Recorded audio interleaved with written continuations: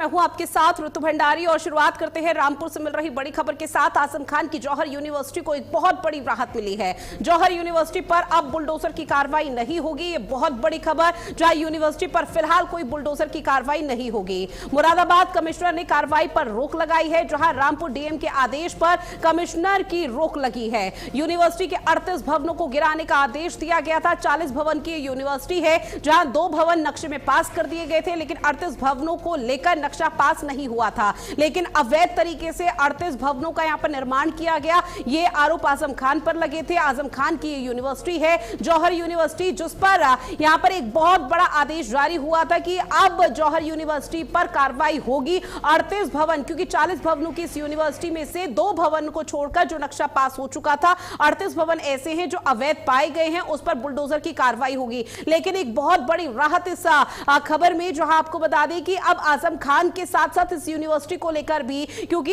अब उन 38 भवनों पर कोई बुलडोजर की कार्रवाई नहीं होगी। मुरादाबाद कमिश्नर ने कार्रवाई पर पूरी तरह से रोक लगा दी है। लगातार ये कयास लगाए जा रहे थे कि जो जौहर यूनिवर्सिटी में छात्र पढ़ रहे हैं, उनका भविष्य कहां जाएगा। उनका भविष्य इस वक्त अधर में लटक जाएगा कि अगर इस पर किसी भी तरह से बुलडोजर की कार्रवाई चलती है। इसके साथ ही इस पूरे मामले पर सियासत जोरों पर हो रही थी, जहां विपक्षी पार्टियों की तरफ से यह कहा जा रहा था कि आजम खान ने जो किया सो किया। लेकिन आजम खान की तरफ से जब जौहर यूनिवर्सिटी छात्रों के भविष्य के बेहतर भविष्य और सुनहरे भविष्य के लिए बनाई गई, तो उस दौरान कोई सवाल कभी नहीं उठाए गए थे। लेकिन आज इतने सालों बाद जब इस पूरे मामले पर सवाल उठते हैं, तो निश्चित तौर पर छात्रों के भविष्य को लेकर चिंता व्यक्त की जाती है। जबकि आरोप ये लग रहे थे कि 40 भवनों की यूनिवर्सिटी पर 38 भवन ऐसे हैं जो अवैध पाए गए हैं। इसके साथ ही गरीब और जो निचले लोग, बस्ती के लोग हैं, उनके हक को यहां पर मारा गया है, उनके अधिकार को मारा गया है, उनके पैसों को लेकर यहां पर मारा गया। जिसके बाद इस यूनिवर्सिटी का निर्माण हुआ है, उनको उनका अधिकार मिलना चाहिए। लेकिन उसके बाद विपक्षी पार्टी सवाल ये पूछ रही थी कि ठीक है, एक पक्ष ये हो सकता है, लेकिन दूसरा पहलू ये भी है कि गरीब बच्चों के जो लोगों के जो बच्चे हैं, वो इस यूनिवर्सिटी में छात्र के तौर पर पढ़ रहे हैं, उनके भविष्य का क्या होगा। लेकिन इस बीच ये बहुत बड़ी राहत भरी खबर सामने आई कि जौहर यूनिवर्सिटी पर फिलहाल बुलडोजर की कोई कार्रवाई नहीं होगी। यूनिवर्सिटी पर फिलहाल कोई बुलडोजर नहीं चलेगा, प्रशासन का पीला पंजाब नहीं चलेगा, क्योंकि मुरादाबाद कमिश्नर ने कार्रवाई पर फिलहाल रोक लगा दी है। और यह बहुत बड़ी राहत भरी खबर है, जहां यूनिवर्सिटी के 38 भवनों को गिराने का आदेश दिया गया था, लेकिन अब 38 भवनों को नहीं गिराया जाएगा। मुरादाबाद कमिश्नर की तरफ से रोक लगाई गई है। 40 भवन की यूनिवर्सिटी है, 2 भवनों का नक्शा शुरुआत में ही पास कर दिया गया था जब जौहर यूनिवर्सिटी का निर्माण हो रहा था। लेकिन आपको बता दें कि इसमें 38 भवन बिना नक्शा पास किए बनाए गए। फिर उसके बाद प्रशासनिक अमले पर भी सवाल उठ रहा था कि आखिर इतने सालों बाद प्रशासन को कैसे याद आई कि 40 भवनों की इस यूनिवर्सिटी में 38 भवन ऐसे हैं जो अवैध हैं। जिसके बाद अब इस पूरे मामले पर आपको बता दें कि मुरादाबाद कमिश्नर ने रोक लगा दी है। बुलडोजर की गाज अब नहीं गिरेगी, कोई बुलडोजर का प्रहार नहीं होगा, ना पीला पंजा चलेगा। तो रामपुर डीएम के आदेश पर यहां पर यह बड़ी कार्रवाई, जहां आजम खान की जौहर यूनिवर्सिटी को यह बहुत बड़ी राहत मिली है। जौहर यूनिवर्सिटी पर बुलडोजर की कार्रवाई नहीं होगी। और यह वो मामला था जो उत्तर प्रदेश की सियासत का केंद्र बना हुआ था, क्योंकि लगातार सवाल ये उठाए जा रहे थे कि आजम खान तो खुद जेल की सलाखों के पीछे हैं। आजम खान को उनके किए पर लगातार यहां पर चीजें देखने को मिल रही है, उनको सजा हो रही है। लेकिन इस बीच जो छात्रों के हित में उन्होंने फैसला लिया है, कम से कम उस पर किसी भी तरह का एक्शन न सरकार को लेना चाहिए, ना ही प्रशासन को लेना चाहिए। अब मुरादाबाद कमिश्नर ने कार्रवाई पर फिलहाल रोक लगा दी है। यह बहुत बड़ी राहत है, जहां रामपुर डीएम के आदेश पर कमिश्नर की रोक लगाई गई है। यूनिवर्सिटी के 38 भवनों को गिराने का जो आदेश दिया गया था, फिलहाल उस आदेश को रोक दिया गया। जौहर यूनिवर्सिटी में जो छात्र इस वक्त पढ़ रहे हैं, और विशेषकर इन 38 भवन में जो छात्र पढ़ रहे हैं, अलग अलग डिग्री डिप्लोमा ले रहे हैं, उन छात्रों के लिए भी ये बहुत राहत भरी खबर सामने आई। हरविंदर मेरे सहयोगी फोन लाइन पर हमारे साथ जुड़े हुए हैं। हरविंदर, चूंकि देखिए बहुत बड़ी राहत भरी खबर, जहां मुरादाबाद कमिश्नर ने जौहर यूनिवर्सिटी के 38 भवनों पर जहां प्रशासनिक अमले का पीला पंजा चलना था, उस पर रोक लगा दी है। अब किस तरह से इस चीज पूरे मामले को देखा जाए? जी बिल्कुल, मैं आपको बता दूं, रामपुर जौहर यूनिवर्सिटी को एक बड़ी राहत मिली है। आपको बता दूं, जो 38 भवनों को दुरुस्त करने का मामला चल रहा था, जो मुरादाबाद की कमिश्नरी में कराया गया था, वहीं आज मुरादाबाद कमिश्नर की तरफ से इसे एक यूनिवर्सिटी को राहत दी गई है।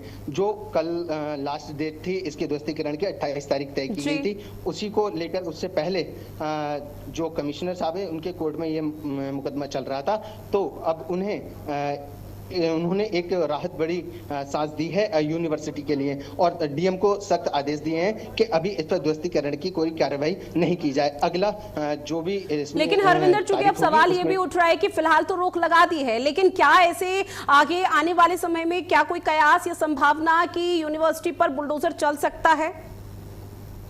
हाँ जी बिल्कुल, मैं आपको बता दूं, अभी अगली जो सुनवाई होगी उसमें देखने वाली बात यह होगी कि क्या यूनिवर्सिटी के द्वारा जो कागजी कार्रवाई थी वो पूरी कर दी जाएगी या नहीं। अगर इसमें इनकी तरफ से पूरा किया जाएगा तो वहीं यूनिवर्सिटी पर काफी राहत देखने को मिलेगी, वरना यूनिवर्सिटी पर पीला पंजा चल सकता है। और हरविंदर, देखिए लगातार सवाल ये भी उठाए जा रहे हैं, जब यहाँ पर 40 भवनों की जो यूनिवर्सिटी है उसमें 38 भवन अवैध पाए गए, लेकिन 2 भवन ऐसे थे जिसका नक्शा पास हो गया था, लेकिन बाकी 38 के भवनों के नक्शे पास नहीं हुए थे, जिसके बाद ये सवाल प्रशासनिक अमले पर उठ रहे थे कि प्रशासन अपनी कुंभकर्णी नींद से अब जागा कि अब जाकर यहां पर 38 भवनों पर बुलडोजर का प्रहार करने की बात कही गई। ये प्रशासन के लिए कैसी खबर है? प्रशासन अब आगे क्या करेगा, या क्या कोई दूसरा विकल्प भी प्रशासन के पास बचता है कि अब यहां पर जो कमिश्नर की तरफ से रोक लगा दी गई है तो प्रशासनिक अमला क्या कर सकता है?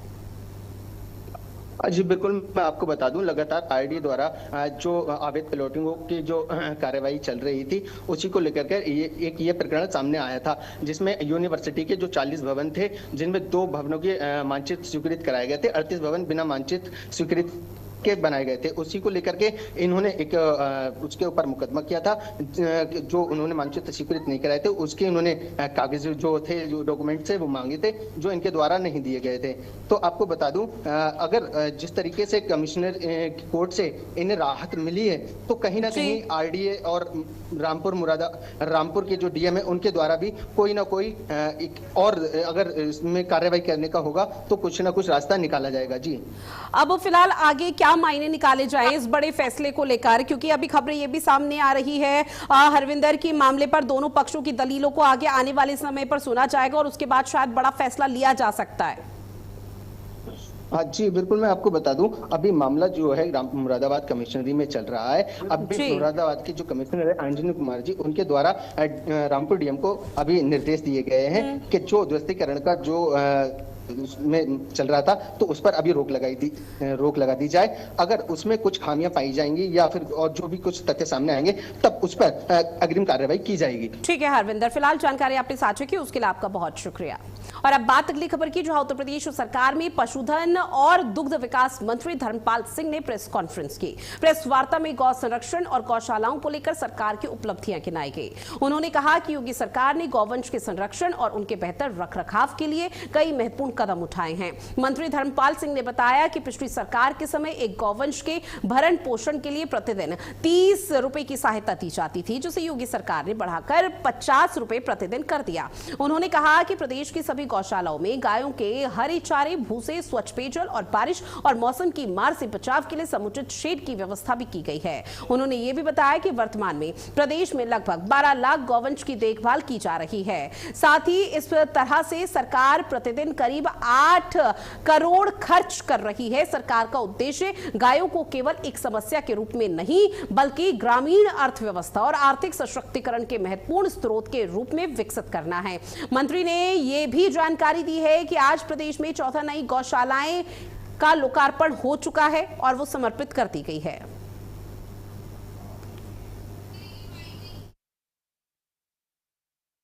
लगभग 12.5 लाख गौवंश संरक्षित है। इसमें प्रतिदिन लगभग 8 करोड़ रुपया खर्च किया जाता है योगी सरकार की ओर से। निरंतरता में विभाग काम कर रहा है। आज 14 निराश्रित गौवंश के लिए रखने के लिए 14 गौशालाओं का आवंटन और इनका पूरा कर दिया गया है, जिसका लोकार्पण हमारे द्वारा विभाग के द्वारा किया गया है। इसमें इस एक की लागत 1,60,12,000 रुपया है और लगभग 400 गाय इसमें संरक्षित होती है। तो इस समय उत्तर प्रदेश पशुपालन में प्रगति की ओर अग्रसर है। धन्यवाद। साथ ही राजधानी लखनऊ के नगर निगम ने बरसात से पहले ही नाली और नालों की सफाई पूरी करने का दावा किया था, लेकिन जमीनी हकीकत इन दावों से बिल्कुल ही उलट नजर आ रही है। दरअसल कई इलाकों में सीवर का पानी सड़कों पर बह रहा है, नालियों में घास उग आई है और जगह जगह पर जल जमाव की स्थिति है, जिससे लोगों का जनजीवन प्रभावित हो रहा है। अब स्थानीय लोग लगातार शिकायतें कर रहे हैं, लेकिन समस्याओं का कोई समाधान नहीं निकल पा रहा। और ऐसे में पार्षद प्रतिनिधि दीपक तिवारी का कहना है कि कई बार नगर निगम के उच्च अधिकारी को शिकायत की गई है, लेकिन अब तक कोई कार्रवाई नहीं हुई। उनका आरोप है कि रोजाना बड़ी संख्या में लोग कार्यालय पहुंचते हैं, अपनी परेशानी को बताते हैं, फिर भी अधिकारी उदासीन बने हुए हैं और कोई भी समस्या का समाधान नहीं होता। सावधानी बरती गई है। हम लोगों ने पूरे नाले साफ किए हैं और जहां पे भी जल भराव होगा तुरंत कार्रवाई होगी।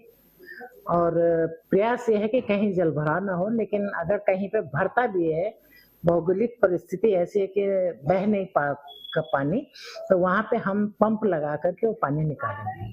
सीवर की समस्या पूरे लखनऊ में है, तो ऐसे में सीवर इस विषय पे हमारी बैठक हुई थी। कुछ जगह सीवर की एक समस्या है कि जहाँ बैलेंस एक जैसा नहीं है, यहाँ से बन करके थोड़ा, लेकिन उस पर भी पूरी साफ सफाई हो रही है, मशीनें लग रही हैं, सिल्ट निकाली जा रही है। पूरा प्रयास है कि शहर साफ रहे, स्वच्छ रहे। लखनऊ नगर निगम के दावे खोखले साबित हो रहे हैं, क्योंकि जिस तरीके से बरसात के ठीक पहले लखनऊ की महापौर हों चाहे नगर आयुक्त गौरव कुमार हों, ने दावा किया था कि नाली और नाले के सफाई के लिए आश्वासन दे दिया गया है, किसी भी प्रकार से कहीं जल जमाव नहीं होगा।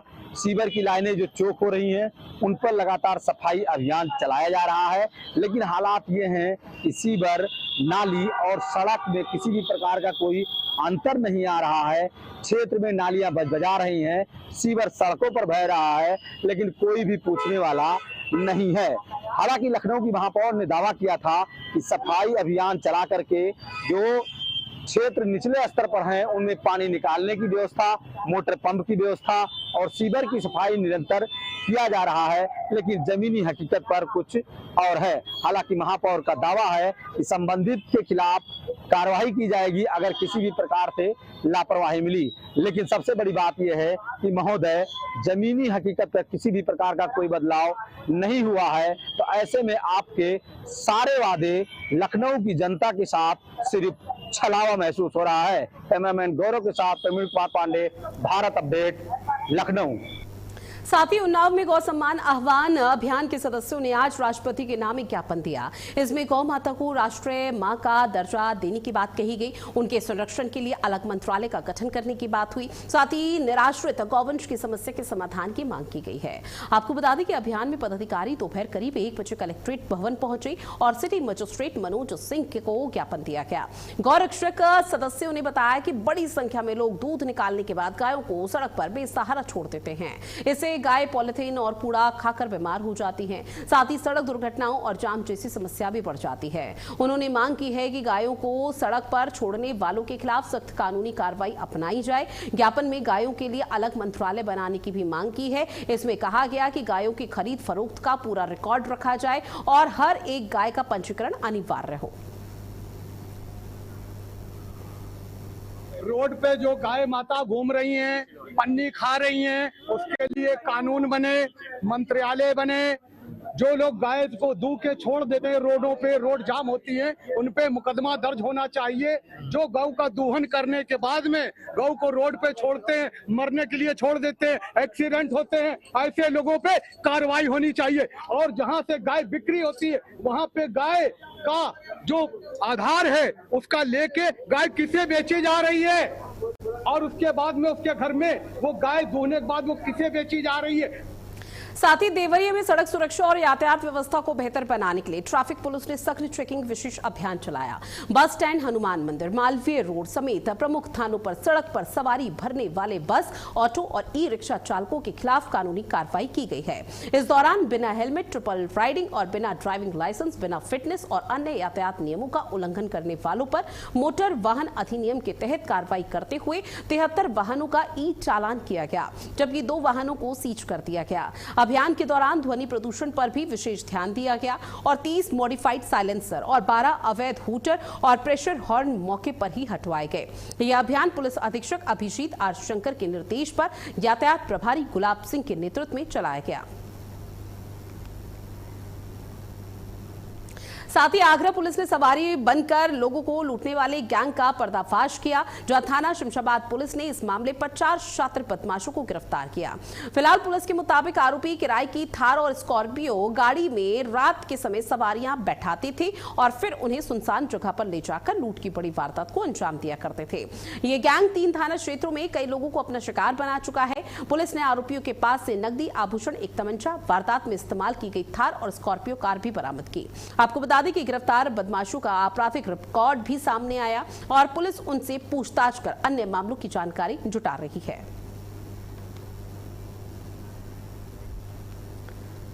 अब अगली खबर की, जहां वाराणसी के लालपुर थाना क्षेत्र के अंतर्गत कसिंगा लेट गांव के सेरेन सनराइज पब्लिक स्कूल से एक हैरान कर देने वाला मामला सामने आया। 5 साल के मासूम बच्चे के साथ कथित तौर पर प्रताड़ना का आरोप लगा है। आपको बता दें कि स्कूल के प्रिंसिपल, डायरेक्टर और शिक्षिका पर यह आरोप लगा। पीड़ित बच्चे के पिता के मुताबिक इन आरोपियों में बच्चे के साथ अमानवीय कृत्य को अंजाम दिया। फिलहाल पीड़ित पिता ने पुलिस से कार्रवाई करने की बात कही है और स्कूल प्रबंधन पर सख्त कानूनी कार्रवाई की मांग की गई। और देखिए किस तरह से पीड़ित पिता अब दर-दर की ठोकरें खा रहा है ताकि उसके बच्चे को न्याय मिल सके। स्कूल के प्रिंसिपल और कुछ प्रबंधकों पर आरोप लगाया है अमानवीय व्यवहार का।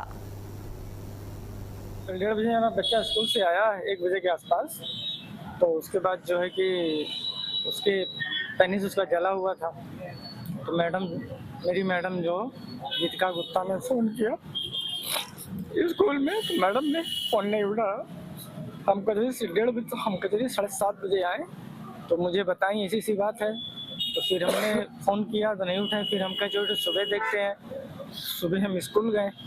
स्कूल मेरी एंट्री रजिस्टर में है और वहाँ पे भी कोई सुनवाई नहीं हुई। हम कहें कि भाई प्रबंधक कौन है, मैनेजिंग डायरेक्टर जो भी कोई है बुलाया जाए, तो कहें कि नहीं ऐसे नहीं आएंगे, वो वैसे से हमने तो वो बोलें कि कल वाली घटना है क्या, तो हम कहें हाँ कल वाली घटना है।